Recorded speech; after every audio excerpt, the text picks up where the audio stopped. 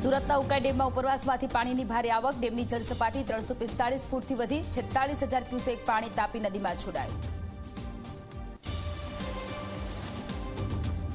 છેલ્લા 24 કલાકમાં રાજ્યના 152 તાલુકામાં વરસ્યો વરસાદ. સૌથી વધુ ભાવનગરના મહુવામાં 7 ઇંચથી વધુ વરસાદ વરસ્યો. ભાવનગર જિલ્લામાં સાર્વત્રિક કમોસમી વરસાદ. મહુવામાં રસ્તા થયા પાણી. તો છેલ્લા 24 કલાકમાં સિહોરમાં ખાબક્યો 5 ઇંચથી વધુ વરસાદ.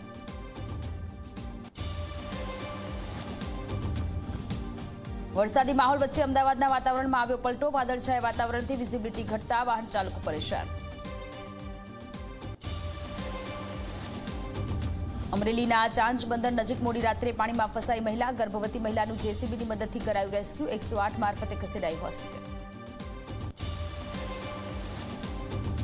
અમદાવાદના વડોદરા એક્સપ્રેસ હાઈવે પર અકસ્માત. 2 લોકોના મોત તો 20 લોકો ઘાયલ થયાની પ્રાથમિક માહિતી. અકસ્માતના પગલે રસ્તા પર સર્જાયું ટ્રાફિક જામ.